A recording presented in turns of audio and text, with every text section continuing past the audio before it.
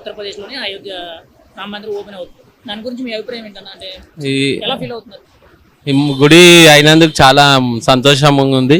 Okay ఇంకా ప్రపంచానికి కూడా చాలా సంతోషంగా ఉంది. మంచిగా ఓకే ఇన్నేళ్ల నుంచి గుడి అయినందుకు చాలా ఓకే బాగుంది. బాగుంది. ఇప్పుడు ఈ గుడిని అనేది ప్రపంచంలోనే అతిపెద్ద గుడుల్లో ఇదొకటిగా తీర్చిదిద్దేటట్టు చాలా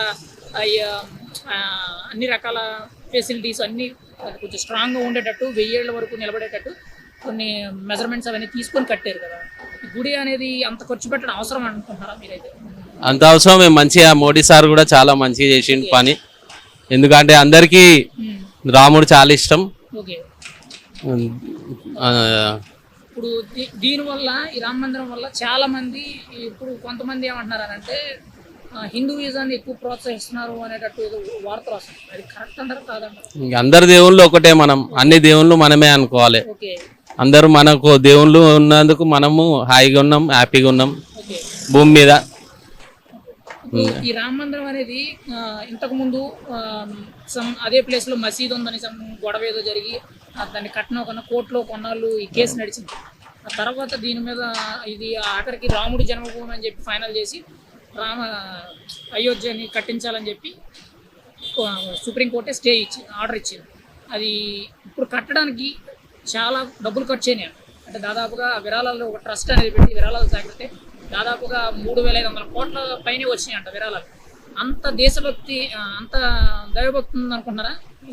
ఉన్నది చాలా ఉన్నది దైవభక్తి రాముని చాలా. చాలా మంది మరి ఏం చెప్తున్నారు అని అంటే ఇదంతా మోడీ గవర్నమెంట్ ప్రజల డబ్బులతో చేయించింది, ఆ డబ్బు ఏదో అభివృద్ధికి ఖర్చు పెడితే బాగుంటుందా అని అంటే? కొంచెం అభివృద్ధికి ఖర్చు పెట్టాలి, కొంచెం దేవునికి ఖర్చు పెట్టాలి. దేవునికి చాలా మంచి చేసిండు ఆయన. అంత పెద్ద మందిరము నిర్మించడం చాలా సంతోషం. మీకైతే సంతోషం? సంతోషం, చాలా సంతోషం. చెప్పాలంటే రామ మందిరం అనేది అయోధ్య రామ మందిరం అనేది మీరు ఇష్టపడుతున్నారా? చాలా ఇష్టపడతాం. ఓకే మీరైతే వెళ్ళాలనుకున్నారా? వెళ్ళాలి, చూడాలనుకుంటున్నారు.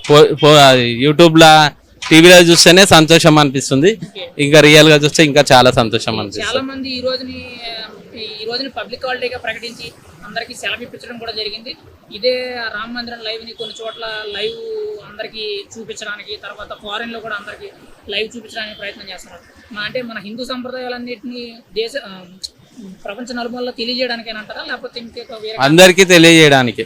అందరికి తెలియజేయడానికే. ఇంకోటి ఈ లైవ్ టీవీ ఛానళ్ళు ఎక్కడ పెట్టినా చాలా భక్తులు మంచిగా పూజలు, అన్నదానాలు, నీళ్ళు, వాటర్ పంచుడు, తీర్థాలు అన్ని మంచిగా చేస్తారు. చాలా సంతోషం. అయోధ్య రామ మందిరం చాలా మంచిగా అయింది, సంతోషం ఉంది. జై శ్రీరామ్.